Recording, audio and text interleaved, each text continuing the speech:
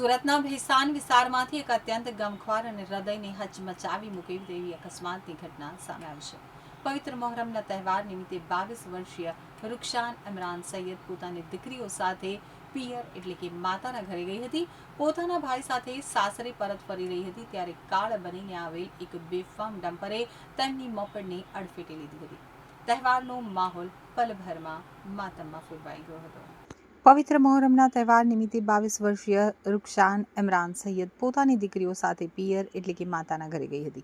તહેવારની ખુશીઓ મનાવી અને જ્યારે તે પોતાના ભાઈ સાથે સાસરે પરત ફરી રહી હતી ત્યારે કાળ બનીને આવેલ એક બેફામ ડમ્પરે તેમની મોપેડને અડફેટે લીધી હતી. માસૂમ દીકરી જૈનમ ઘટના સ્થળે જ કમકમાટી ભરી મોતને ભેટી હતી, જેના કારણે તહેવારનો માહોલ પલભરમાં માતમમાં ફેરવાઈ ગયો હતો.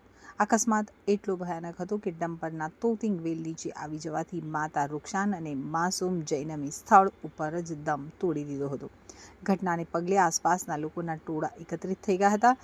તહેવારના બીજા દિવસે બનેલી આ ઘટનાથી સમગ્ર પંથકમાં રેરાટી વ્યાપી ગઈ છે. અકસ્માત બાદ મૃતકોના પરિવારજનોમાં ભારે આક્રંદ જોવા મળ્યો હતો. સિવિલ હોસ્પિટલના પોસ્ટમોર્ટમ રૂમ બહાર પરિવારના હૈયાફાટ રુદનથી ત્યાં હાજર તમામ લોકોની આંખો ભીની થઈ ગઈ હતી. તો ઘટનાની જાણ થતાં જ ભેસ્તાન પોલીસે તાત્કાલિક દોડી આવી અને ગુનો નોંધી ડમ્પર ચાલકની અટકાયત કરી આગળની કાયદેસરની કાર્યવાહી હાથ ધરી છે.